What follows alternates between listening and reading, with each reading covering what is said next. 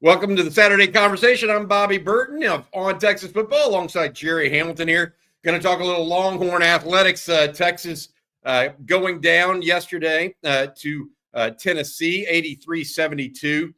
Texas baseball on the road at Mississippi State. A lot of stuff going on. We'll start with some football news before we get into the rest of it. Ryan Wingo, Texas wide receiver, probably the leading, he and DeAndre Moore are the two leading receivers returning. It was reported that Wingo had a LASIK surgery last week. He did indeed have LASIK surgery, I'm told, on his right eye. Also had a scratch on his left eye, Gerry, that left him with some vision problems that they noticed about mid-season. But Wingo has since had that surgery, LASIK surgery, also had a procedure on his left eye as well. He's been wearing goggles around campus. Expected to get that taken care of and be ready, though, by the time of spring ball, which starts a week from Tuesday, March 25th. Interesting thing here I learned about Wingo. He's up to 216 pounds. A young man out of St. Louis, really one of those better athlete types around the Longhorns. But he's part of a influx of talented freshmen and sophomores in Austin right now. We were talking before we went on about Justus Terry and what he looks like right now behind the scenes. People really hyping him up as well, Gerry. Yeah, Justus Terry weighed in 272, 273 last week. He caught the Texas in the high 250s, and so he's put on about 15 pounds. One of the reasons he'll be cross-training a little bit, he'll be in Kenny Baker's D-line room.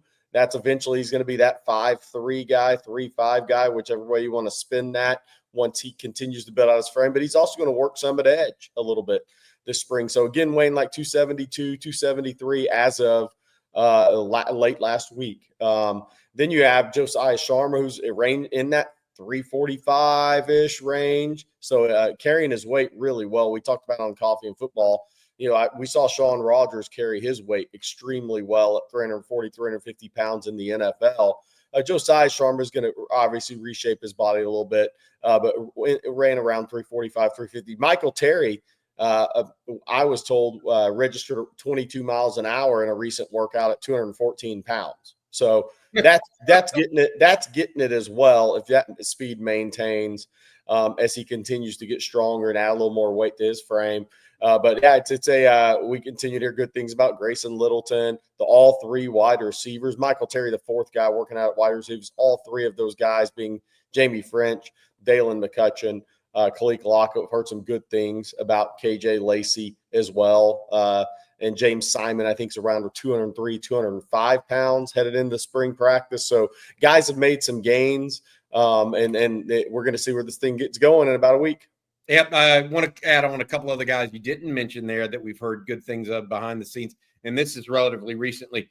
Ty Anthony Smith continuing to put on the right kind of weight for a young linebacker. He looked so good at times as a true freshman. He's starting to get into that area where, he's starting to put on some adult weight, if that makes sense. He's starting to become that. And also I want to give a nod to Emory Winston.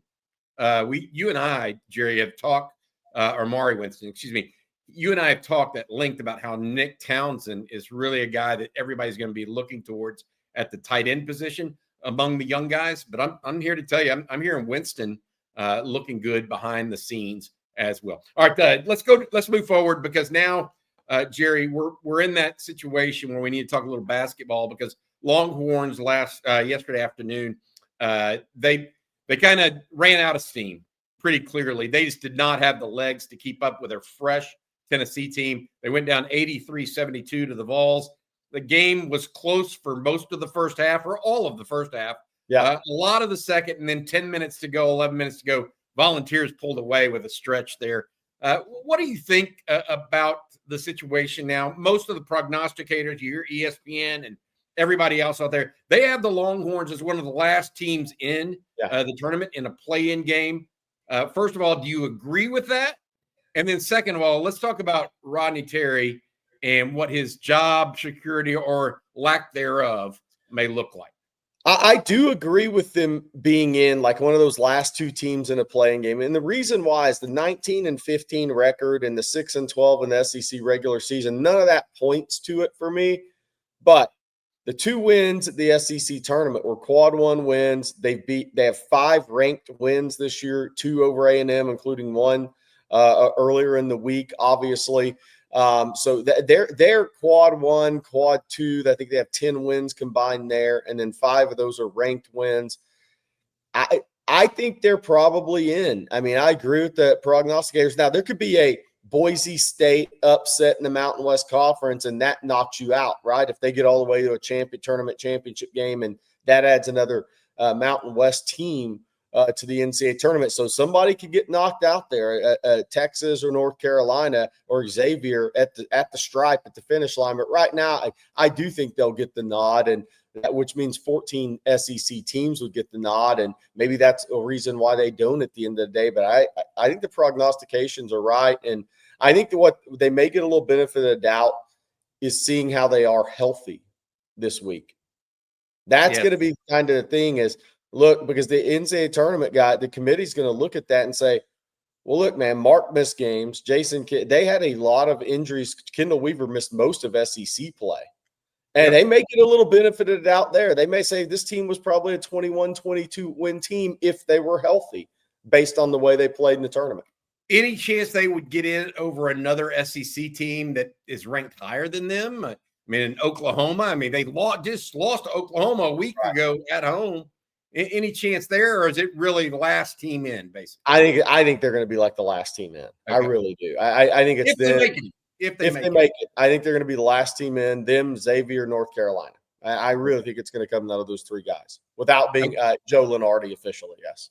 Yes, yeah, exactly. Without being the bracketologist of all bracketologists. All right, so let's talk about what that means for Rodney Terry in his future, because you and I have heard all of it. I think both of us like Rodney Terry as a person and what he brings to the table, but the trajectory of the program, particularly if they don't make it, I think that Chris Del Conte is going to be faced with a really, really difficult decision. If they do make it, it's a reprieve, right? I mean, Del Conte's not going to do anything, we don't think, in the middle of the season, but I don't know if Texas would even accept an NIT bid at this point.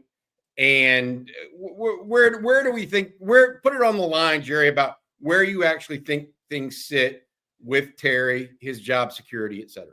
Well, obviously, if they, for some reason, don't get in the tournament, I think it's curtains. Now, the question is, what happens? I think there's a couple of scenarios at play. And so if you get in the playing game and you win that, so that's 3 straight years you've won an NCAA tournament game. I mean, you're dating back to Rick Barnes, if you more than a decade ago to do that. But again, that's still, if you lose that round of 68 game, I don't think it changes anything if you didn't get in the tournament, because it's still trajectory program, Elite 8, round of 32, out in the playing game. If you win one, then you're in the round of 64. If you lose that game, if you win one and lose a game, again, you can point to trajectory program, not really competitive in the SEC, because Chris Del Conte has he wants all his coaches to have top 10 level programs. And the argument there is pretty easy.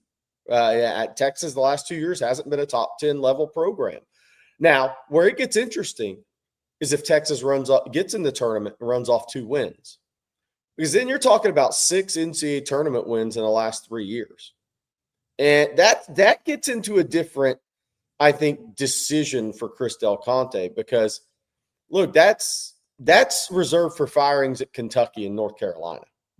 Yeah. That's that's kind of where I'm at. So let me try to net out what you're saying. Yeah. Okay. Gets in the tournament. He has to get in the tournament, first of all. Yes. And then you think he needs to win 2 games at least. I think so.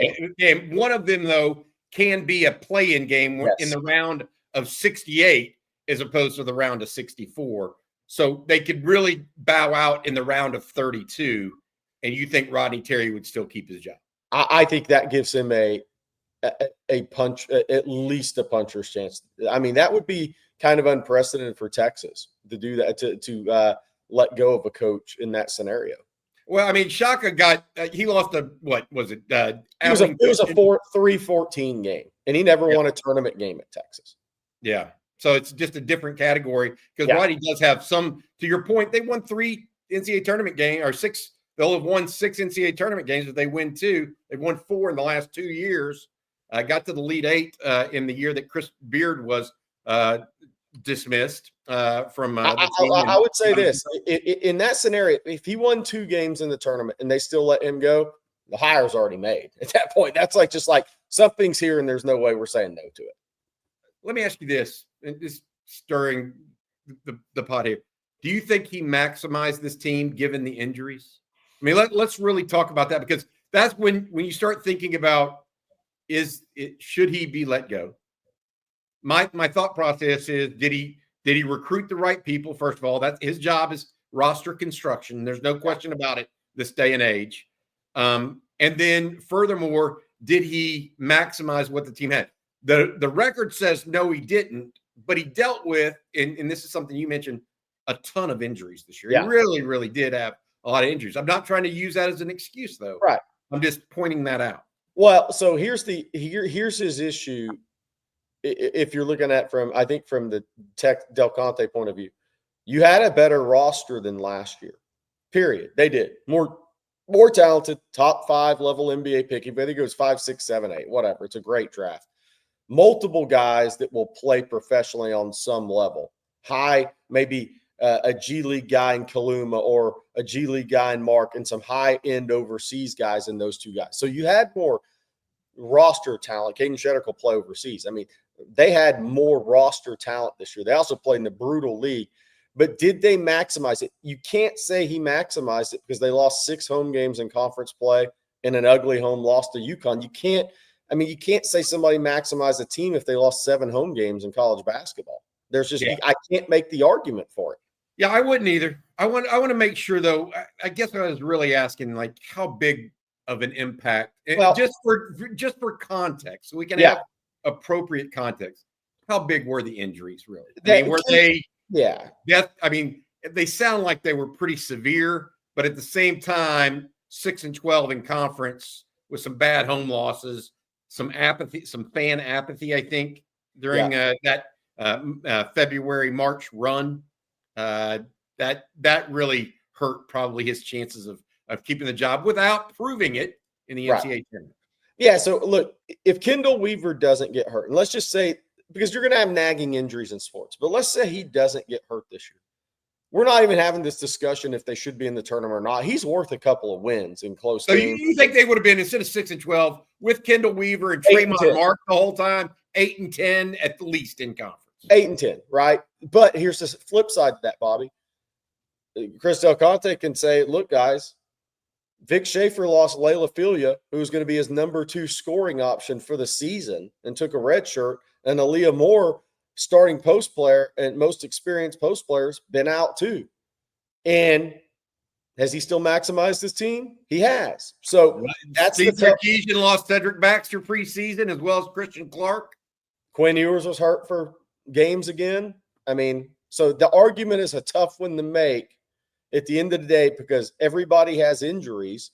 Now, Texas worse than some others, but again, it's 6 home losses. Yeah. I mean, that is plus the UConn loss, which was an ugly loss. That's the hard thing. And then there's also here's the problem. Also, 20-point loss at A&M, 24-point loss at Florida. They had some ugly games as well on the road. So there's a lot of lopsided, probably too many lopsideds in there. Yeah, I tell you what, yesterday almost seemed like it was going to go that direction at one point, but I saw a little bit more fight in the team here late in that game against Tennessee where, I mean, Tennessee go up by 15 and you thought, oh, wait, this is where Texas in weeks past had the doors really blown off of them. Yeah. Well, they fought back. And ultimately, it was a single-digit game with less than a minute left, and then Tennessee just rattled off some free throws. But it wasn't a close game either down the stretch. I mean, don't let me misrepresent that.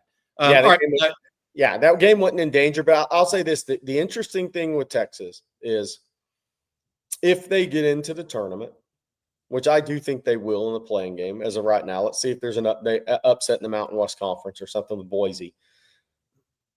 Now that they have Trey Mark running the point, so to speak, or let's call him initiator of offense, they give teams a different look. They are better here. So they are a better team suited to go pull off a win or two in the NCAA tournament right now than they were with Tremont Mark playing off the ball and Jordan Pope playing point. That's a significant change for them offensively. Now, the flip side is whoever they play in that playing game, assuming they get in, that team has a few days to study that and prepare. They kind of hit people in the SEC tournament with it. Now, one team gets to prepare for that for about 4 days. Yeah. I think it's going to be, still uphill climb. Yeah. I think it's the best way to put it Yes. for Rodney Terry, but he lives to fight another day maybe. And we'll have to see what happens. To your point, the Mountain West, any other surprises among the smaller or among the conferences, et cetera. But right now, at least right now, it looks like Texas is in good shape to make the tournament and at least give Rodney Terry and Trey Johnson and Tremont Mark and those guys, Caden Shedrick, the last chance to maybe do something as Texas Longhorns. I, for one, will say I'm glad they at least went down fighting. Yes. If they did, because I felt like there were parts of this year that were not necessarily representative of a Rodney Terry coach type team, especially on defense, because he takes a lot of pride in that. And there were times this year where I felt like he was just either overmatched or outmatched, or his team was, and just didn't show the best that he could. So good luck to those guys. All right, Jerry, that's going to do it for the Saturday morning conversation. Before we let folks go, you have anything else you want to add? Not just about basketball, but anything you're thinking right now in football. I think Diabell, the Texas quarterback recruit, is up in Dallas for a big 7-on-7 tournament this weekend. Some other news and notes going on. Texas with 40, I think you said 40 overall official visitors set for the month of June at this point. Yeah, Bobby, I think the main thing is, look, Sark and those guys aren't really concerned if a guy commits somewhere else. Jamie Goodfield, for example, yesterday morning, like we had said on Texas football, somebody was going to commit to USC this week, and it was Jamie and Winfield we were talking about. Texas is going to run their own race in recruiting. There's a long time until December. There's a long time until June visits right now. I mean, guys are going to be on campus in March, later in March and April. And this is a staff that Sark plays the long game. And if you look at some of these classes, they weren't formed early. They were formed late. And that's going to be this exact same thing again in 2026. It's very interesting. You mentioned Jamion Winfield, the very talented defensive lineman out of Richardson. And he committed to USC on Friday. That was the player that we were talking about, as you mentioned. But USC has had a habit recently of getting early commitments, and then those guys may be backing out later.